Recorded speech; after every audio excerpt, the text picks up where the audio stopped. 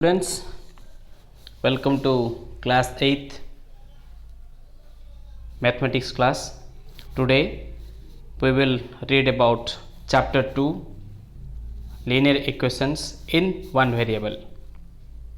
So linear equations के बारे में जानने से पहले हमें थोड़ा रिवाइज करना होगा अलजेब्रिक एक्सप्रेशंस के बारे में और इक्वेशंस के बारे में. ठीक है, तो पहले हम अलजेब्रिक एक्सप्रेशन के बारे में पता करते हैं. तो लास्ट क्लास हम क्लास 7 में पढ़े होंगे कि 5x 2x minus 3 3x plus y 2x plus 2xy plus 5 x square plus 2x plus 3 ऐसे बहुत सारे अलजेब्रिक एक्सप्रेशंस होते हैं. ठीक है, देन इक्वेशंस किसे कहते हैं? That equations contain equality sign, मतलब इक्वल साइन. जैसे कि यहाँ पे एग्जाम्पल्स है 5x equal to 25, 2x minus 3 equal to 9, 2y plus 5/2 equal to 37/2. तो ये जो एक्सप्रेशंस है और इक्वेशंस है, इन दोनों में क्या अंतर है? इसमें ओनली ये एक अंतर है कि एक्सप्रेशंस में इक्वलिटी साइन नहीं है, लेकिन इक्वेशन में इक्वलिटी साइन है. So equations use the equality sign and it is missing in algebraic expressions. मतलब algebraic expressions में equality sign नहीं होते हैं जो कि equations में होते हैं. So हमें पता है algebraic expressions के जितने भी variables होते हैं उनके कुछ powers होते हैं और हम उसे कहते हैं exponents. ठीक है, so हम एक अलजेब्रिक एक्सप्रेशन लेंगे. ठीक है, और उसका पावर और डिग्री, उसका जो वेरिएबल होता है, अगर उसका पावर और डिग्री जैसा होगा उसके हिसाब से हम क्या करते हैं, अलजेब्रिक एक्सप्रेशंस और इक्वेशंस उसी टाइप के होते हैं. So according to the highest power और degree of the variable appearing in an equation, that equations are of, so according to that equations are of different kinds. मतलब power और degree of the equations के equations को power और degree of the equations को लेके हमारे पास बहुत सारे प्रकार के इक्वेशंस होते हैं, जैसे कि linear equations, quadratic equations and cubic equations, और भी है बहुत सारे. ठीक है, लेकिन हमें ये 3 याद रखना पड़ेगा. पहला है linear equation, quadratic equation and cubic equation. So first of all come to the linear equations. So linear equation में क्या है ना, यहाँ पर जितने भी इक्वेशन आएंगे that's the variable in that equation, मतलब जो वेरिएबल होगा इक्वेशन में उसका पावर होगा 1. ठीक है, so here the degree of the equation is 1. तो यहाँ पे देखो मैंने बहुत सारे एग्जाम्पल्स दिए हैं, जैसे कि 2x minus 3 equal to 9, 5x equal 25, 2y plus 5/2 equal 37/2. तो ऐसे मैंने बहुत सारे क्या दिए हैं ना, इक्वेशंस दिए हैं जहाँ पर कि जो वेरिएबल है x और y उसका पावर है 1. So these equations are called as linear equations. Then come to the quadratic equation. So in this equation we find that degree of the equation is 2. जैसे कि एग्जाम्पल दे सकते हैं हम x square plus 3x plus 9 equal to 0. यहाँ पर एक ही variable है, उसका वो वेरिएबल है x. तो यहाँ पर x का वैल्यू, x का पावर 2 है और x का पावर 1 भी है. और हमने पढ़ा है कि हाईएस्ट पावर और highest degree is the degree of the equation. तो यहाँ पर हाईएस्ट डिग्री है 2, तो इसका पावर होगा मीन्स इसका degree of the equation is 2. Okay, जैसे कि और एक एग्जांपल है y square plus 3 equal 0, then y square plus y equal to 5. तो ऐसे इक्वेशंस होते हैं जिसका डिग्री 2 होता है, हम उसे कहते हैं quadratic equations. Okay, then come to the cubic equations. Cubic equations में क्या होता है, the degree of equation is 3. Degree of equation is 3. जैसे कि हम एग्जाम्पल लेते हैं x cube plus x square plus x equal 15, y cube plus 2y square plus 3y equal to 9, x cube minus 1 equal to 0, then 3x³ + 7y = 19। तो ऐसे बहुत सारे cubic equations होते हैं। देन आज हम जो हमारा टॉपिक है वो है linear equations in one variable. One variable मतलब उसमें एक ही वेरिएबल होगा, चाहे वो x हो या y हो या z हो, जो भी अल्फ़ाबेट हम ले सकते हैं। So the linear equation in which only one variable is there, that is called linear equations in one variable. जैसे कि हम यहाँ पे एग्जाम्पल लेते हैं x + 3 = 0, तो यहाँ पे एक ही वेरिएबल है जो कि x। एक और एग्जाम्पल 2x + 9 = 0, यहाँ पर भी एक ही वेरिएबल है x और उसका पावर भी 1 है। सो ये लीनियर इक्वेशन हुआ और उसका वेरिएबल भी एक ही है जो कि x। So this type of equations are called as linear equations in one variable. Okay, अच्छा, तो प्रीवियस क्लास मतलब हम जो क्लास 7th में हम पढ़े, we studied about the simple equations. Simple equation मतलब यही हम पढ़े थे ना, x + 3 = 0, 2x + 9 = 0, 4y + 5 = 0। सो ऐसे बहुत सारे इक्वेशंस के बारे में पढ़े हैं। तो थोड़ा रिकेप कर लेते हैं, रिवाइज कर लेते हैं। Let's we briefly revise what we know. हमें जो पता है हम उसे थोड़ा रिवाइज कर लेते हैं, देखते हैं। So point A, an algebraic equation is an equality involving an algebraic equation is an equality involving variables. It has an equality sign and the expression on the left of the equality sign is the left hand side and the expression on the right of the equality sign is the right hand side। मतलब ये जो algebraic expression है उसमें अगर equality sign मतलब equal science है, हम उसे कहते हैं सिंपल इक्वेशन। और सिंपल इक्वेशंस के लेफ्ट हैंड साइड मतलब जो एक्सप्रेशन इक्वलिटी साइन के लेफ्ट में है हम उसे कहते हैं LHS। और जो एक्सप्रेशंस हमारे मतलब जो इक्वलिटी साइन के राइट साइड में है हम उसे कहते हैं राइट हैंड साइड। ठीक है, then come to point B.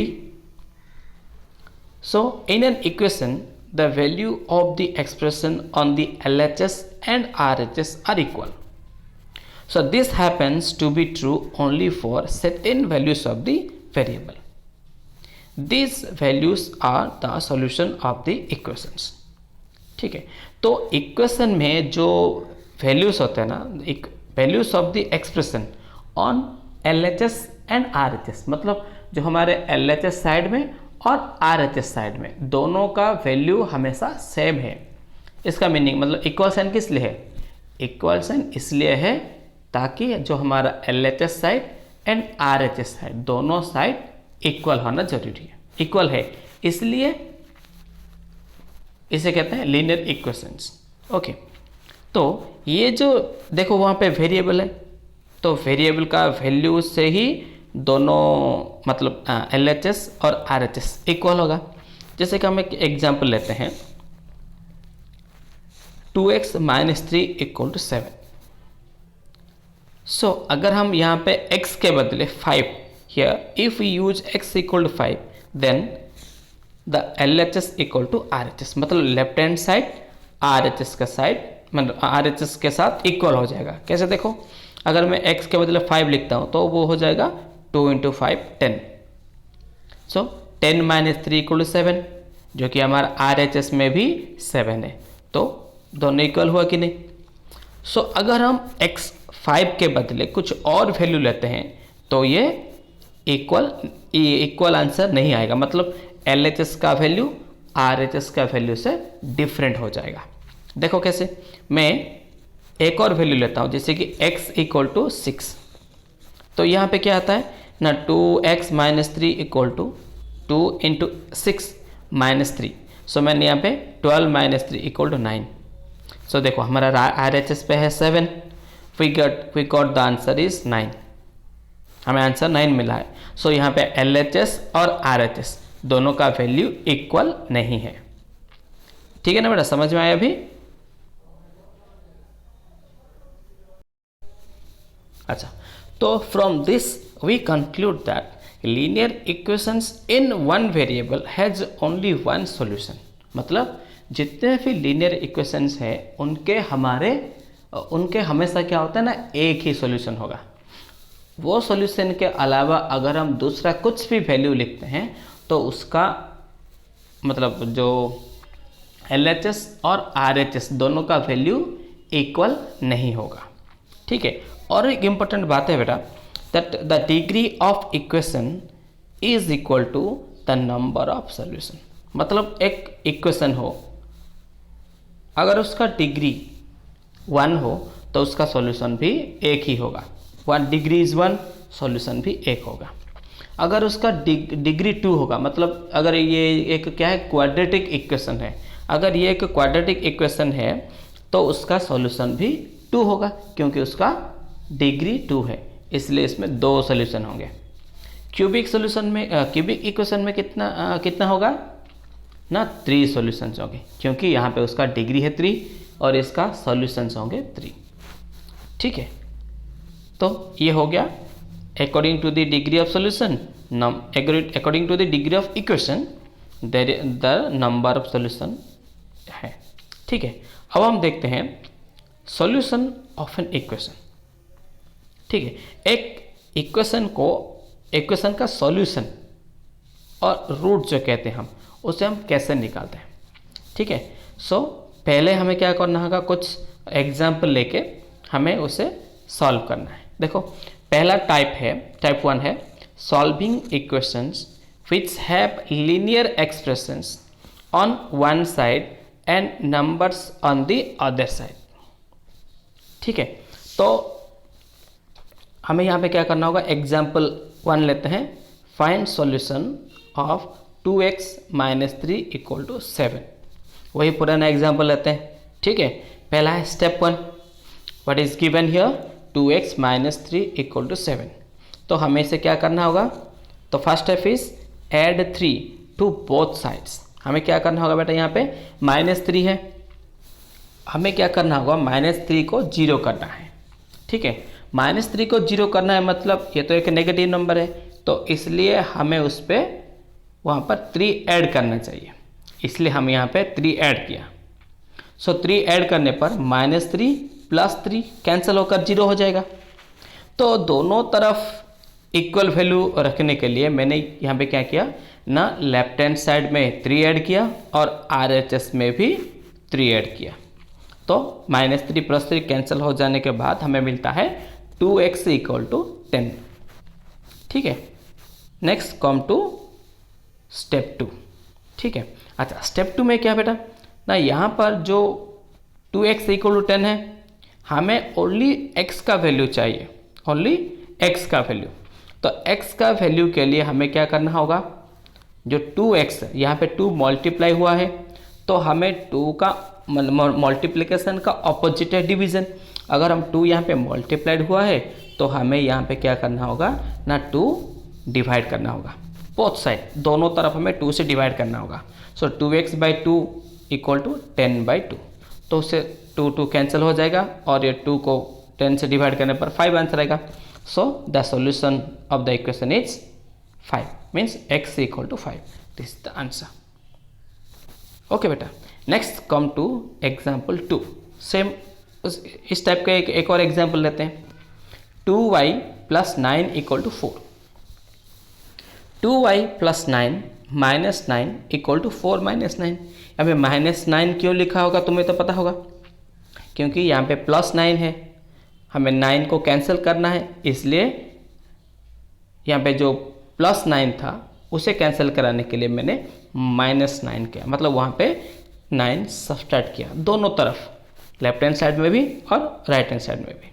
तो उसके बाद मैंने क्या किया, 2y = -5 मिला मुझे, 2 मल्टीप्लाइड है y से, तो इसलिए मैंने क्या किया ना, दोनों तरफ 2 से डिवाइड कर लिया, क्योंकि मुझे अकेला y का ही वैल्यू चाहिए, 2y का वैल्यू नहीं चाहिए, इसलिए मैंने क्या किया ना, 2y / 2 = -5/2।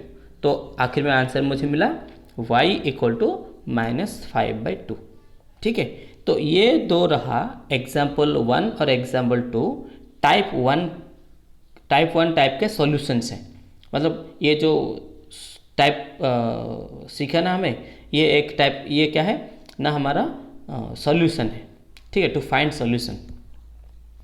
Next can come to another